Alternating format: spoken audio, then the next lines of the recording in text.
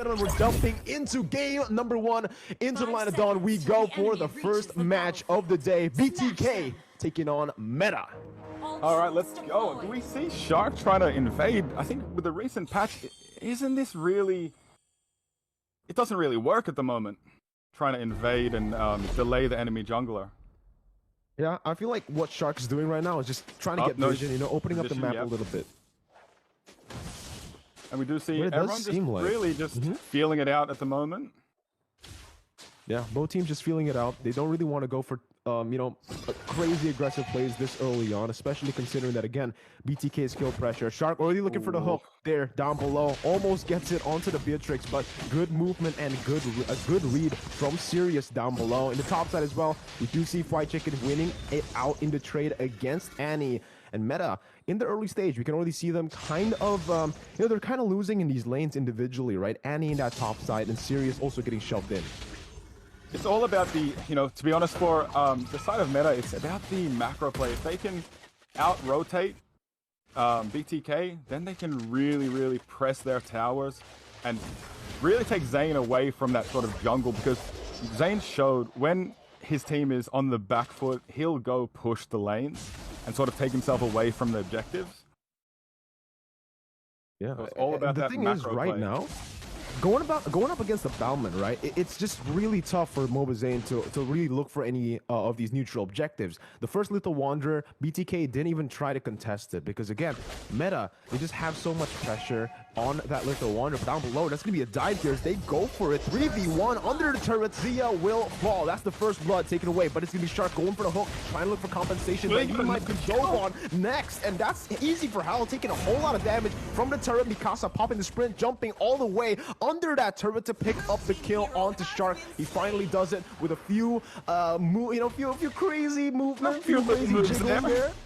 But they did give the turtle, so they were happy to give the first blood. The 2 kills over for the 1 turtle. I don't know if it's really, you know, 3 kills.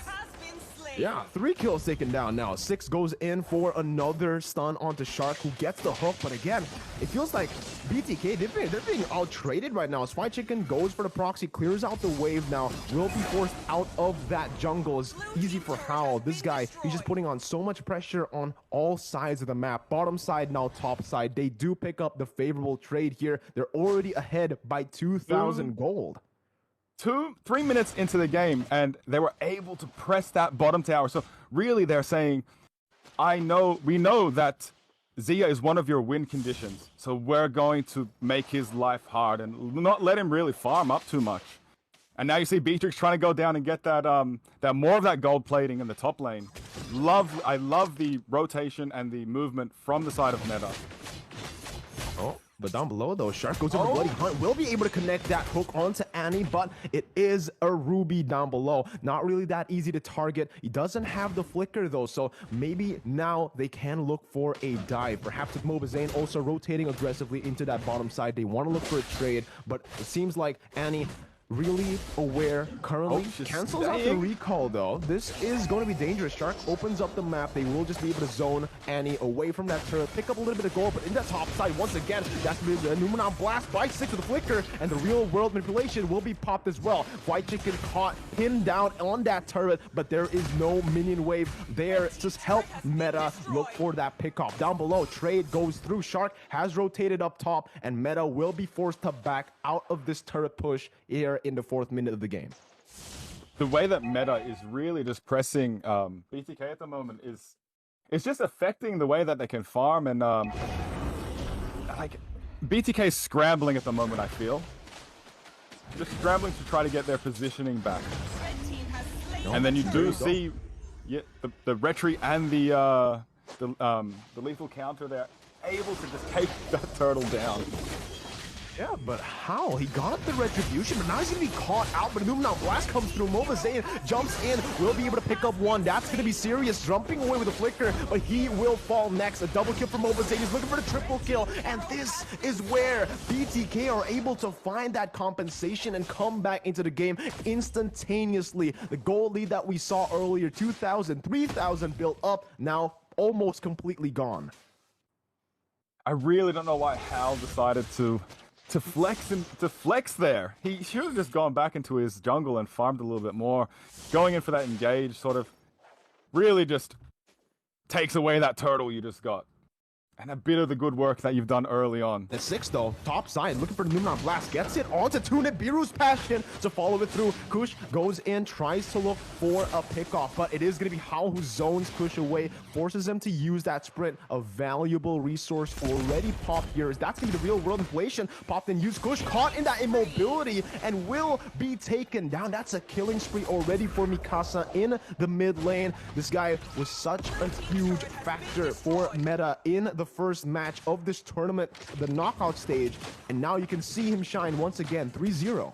Mikasa is one of the best mages I've seen in the NACT.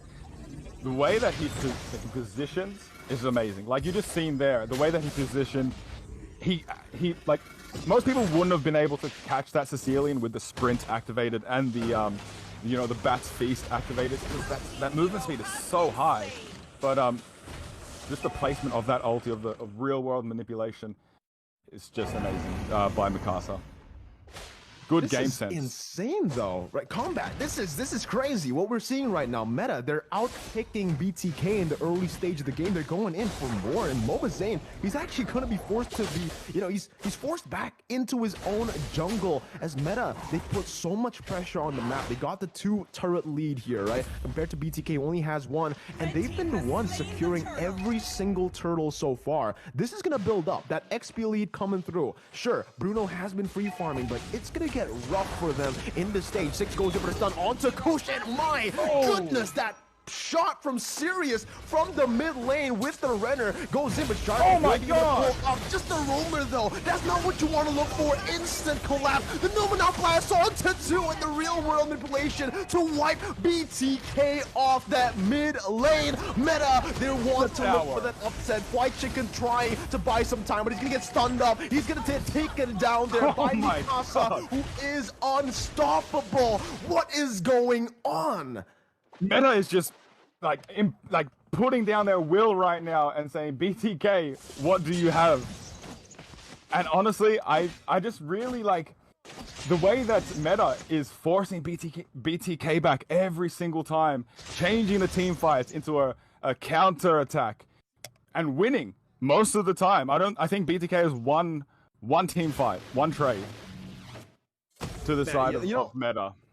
Yeah, I mean, right now, buddy, I'm glad I woke up early for this, because I am wide awake now, you know? I can throw the coffee out the window. This is a game, and this is already so different to what many of us expected. We expected BTK to stomp, but this is not what they're doing right now. mobazane, oh, almost there. Still has that first ability to get out, but they're real world manipulation. Okay, losing out a lot of HP. Sirius jumping in with a Renner shot. A Shark will actually be the one to fall there. Now Numenon Blast once again by 6, trying to lock Kush down, but the sprint once again from Kush gonna be popped there to get out. Meta out rotating and picking off BTK members all across the board. They're just doing the meta game better than BTK at the moment, and it's like really strange. Because BTK is one of the best macro play teams I've seen in NACT. So yeah, they've really done their homework here. And you see Zane's not even going to try to contest this Lord here. Give it to the side of meta. All you can really do right now as BTK is damage control.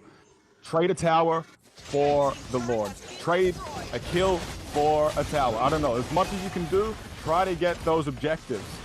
Oh my god, look at that once again. Sharky goes in for the play, but it actually turns around on its head. Meta is the one who actually come out on top from that. 3-0, they're looking for more. Mikasa going under the turret onto Kush. He will be able to slow him down. Will he just get this without the real world inflation? He dives into Kush, gonna get 2 on a monster kill from Mikasa. Absolute domination from Meta here in game number 1. BTK have no response whatsoever. With the Lord marching down, they might be looking to go for more here. Falling Siren went on to one member. How's going to be caught out there, but it is going to be Fly Chicken who loses all of his HP. mobazane jumps in only to retreat as Meta, once again, they're pushing the tempo. They're looking for more. mobazane gets pushed back into the base, and the real world manipulation gets popped up and used now that they know that Shark doesn't have the iron hook, and he's still not able to connect on it right now. And they did get that tower just there. They did push enough to get through the mid and take a couple of them down at the same time. So it's an awesome push by Meta.